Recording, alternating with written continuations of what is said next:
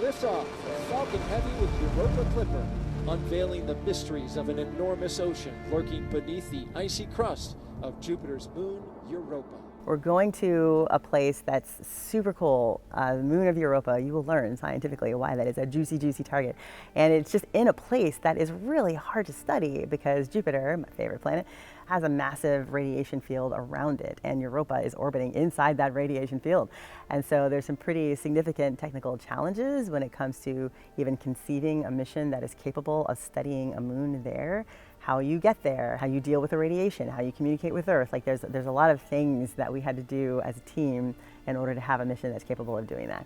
And this talk will give people a peek into some of the interesting things that have happened along the way already, and then a little bit of a peek forward to study the moon.